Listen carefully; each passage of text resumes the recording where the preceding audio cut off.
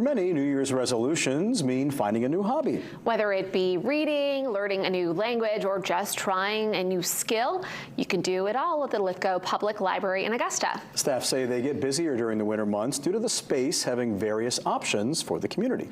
For those looking to get more into books in 2026, they suggest using ebooks or audiobooks.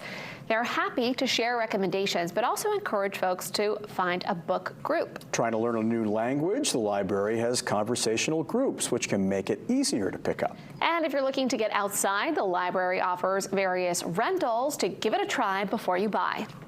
Every year, new year, people are interested in trying new things, getting healthier. Our Library of Things collection is a collection of objects that vary from musical instruments to tools that you can use outside. We have gardening tools, but really this time of year in the winter, we offer walking poles, snowshoes for children and adults, and a variety of ice skates.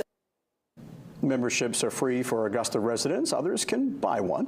A link to more programs provided by the Lithgow Public Library can be found on our